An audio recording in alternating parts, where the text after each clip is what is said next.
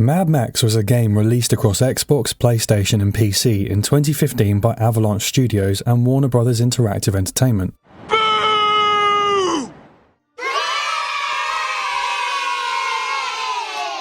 And it was met with very little excitement, fanfare or recognition. This could be because it released in the same window as Metal Gear Solid 5, effectively drowning it in a Hideo Kojima-shaped hole. Which is a shame, because it's one of the best games I've ever played in my life. And whilst not being tied directly to the Tom Hardy-led film, the director, George Miller, was a consultant on the game's pre-production. Mad Max follows Max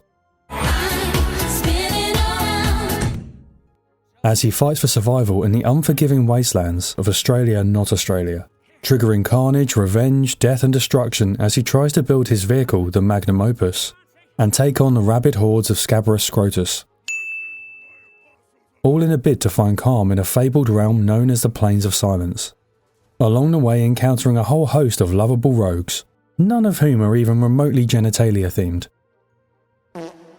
The game places focus on combat, but not in the usual way action and adventure games do with gunplay and fistfights. I promise.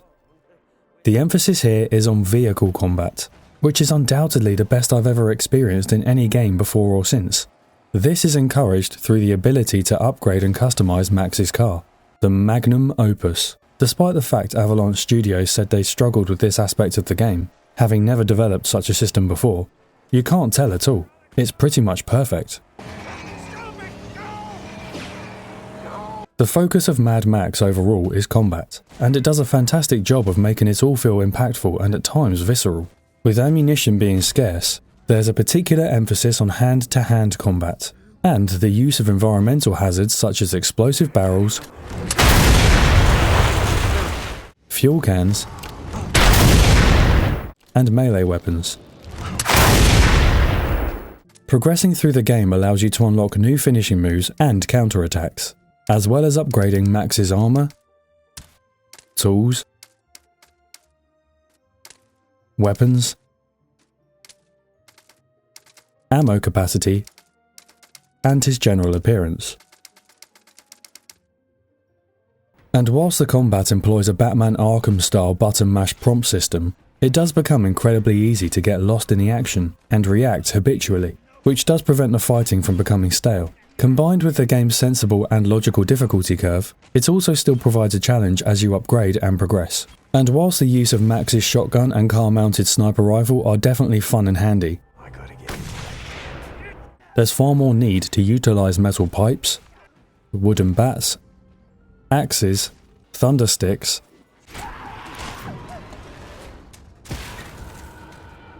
and your own fists.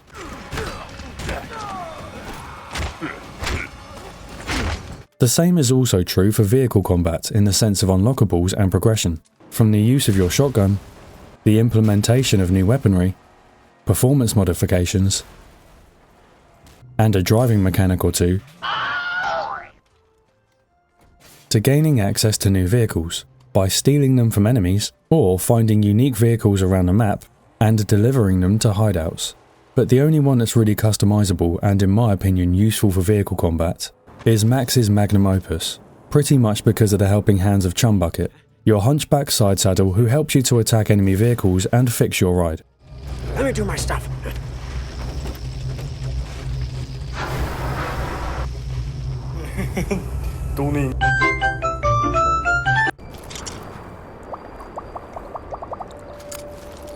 Resources are an incredibly important fixture in the game, at least until you upgrade a hideout or two. The main resources of food, fuel, All the way to the brim. scrap, ammo, and water truly help maintain a decent level of peril in the early stages of the game, as Max and the Magnum Opus can quite easily be overcome by bandits, snipers, raiders, aggressors and other vehicles, and even the weather. Ow! Stop this crazy thing! With sandstorms, tornadoes, and dust devils wreaking considerable havoc. Water and food help to replenish health, and food is probably the scarcest resource of all. with birds, rats, lizards, dog food and maggots being your only sources, and only one of these food sources is readily found during exploration. Scrap is used to upgrade Max and his car, as well as build up hideouts. Ammo to reload Max's shotgun and sniper rifle, whilst fuel is used for, well, fuel. Whether that's for vehicles, hot air balloons, or just blowing stuff up.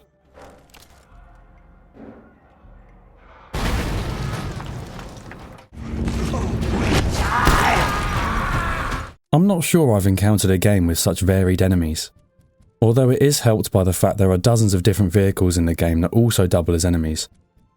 But the addition of different specialised enemies helps add a scale of urgency to mass combat.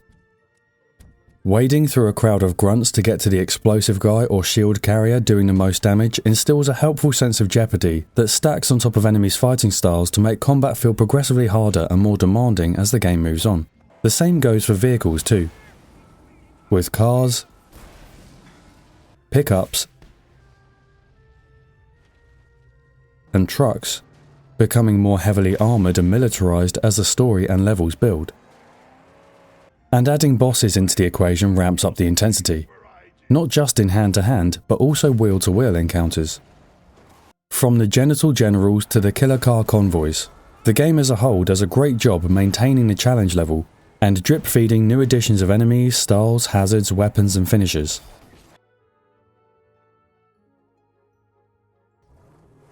The backdrop for Mad Max is the wastelands of an undisclosed location, divided into separate regions that are led by various crime boss-style underlings, all answering to the ultimate boss of Scabrous Scrotus.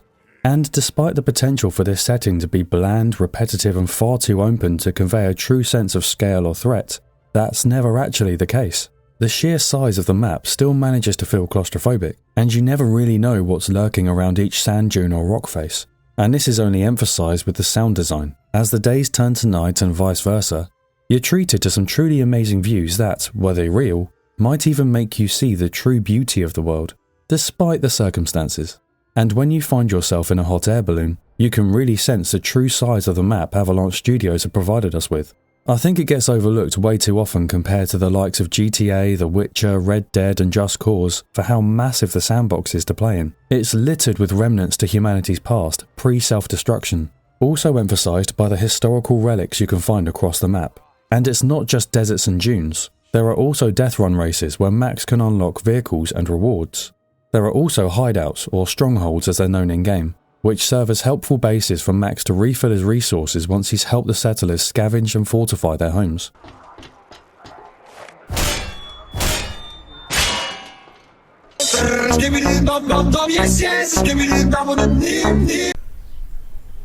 What the? Driving through the landscapes of the game, you're met with an array of places to scavenge and root through, from enemy camps and caves, hidden bunkers and containers, to ships run aground and deserted villages. There are plenty of places to ransack to find resources. Mad Max does fall into a classic trope of large open-world games, where the route you need to take to find things is highlighted to you in a subtle, not-so-subtle way. Stay yellow! Stay yellow! Man, I'm making record time! If only I had someplace to be. Parts of the environments that can be interacted with are a different colour. It's a trope games like Uncharted and Assassin's Creed suffer from, but where they suspiciously place things in terms of realism, Mad Max does at least paint them into the setting with a great level of believability and traversal logic. Climbable areas around containers and walls are spray-painted yellow, and areas slightly harder to reach are fixed with chains and yellow car bumpers that can be grabbed for Max to hoist himself up to the next level. These details don't take you out of the game because the reality is they would likely be there for actual real-world functionality, rather than simply for Max to make his way around. But I think my favourite part of exploration are the small details the developers have added to provide some realism and personality to Max and the game as a whole. When Max runs, every now and then during the animation, he'll lay a hand on the shotgun holstered at his side. And it feels like this could be to check it's still there or to know it's ready to use. Also, when grappling, Max will use whatever he has available to him as handles to slide down a wire, whether that's his shotgun during the standard animation, and if the action is prompted whilst he's holding a fuel can or melee weapon, he'll use them instead.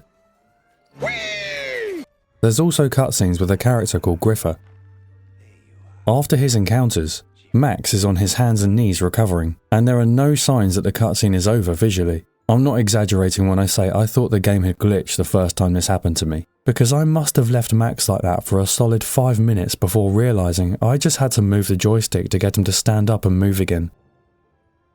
Surely this is your work. It is. And don't call him Shirley. Great banter. As well as the titular anti-hero Max, there's a wealth of characters outside of the enemies and the world filler NPCs. Sir? Sir? Sir? He dead! Oh, he dead for sure! Chumbucket and Dinky D, or the dog, are the first characters Max encounters outside of the War Boys and Scabrous Scrotus in the opening cutscene, with Chumbucket being a permanent fixture in the magnum opus, and the dog helping Max hunt for landmines when using Chumbucket's buggy. The only other vehicle with a bespoke role, but limited combat-wise. As the game naturally progresses, you meet stronghold leaders Jeet, Gutgash and Pinkeye, enemy bosses with varying associations with the crotch area, as well as Hope and Glory, who are prisoners of Stank Gum. And when it comes to voice acting, the game continues its ability to produce gold. Bren Foster brings Max to life through motion capture as well as stellar voice work. This ain't a car. It's just a mess of parts.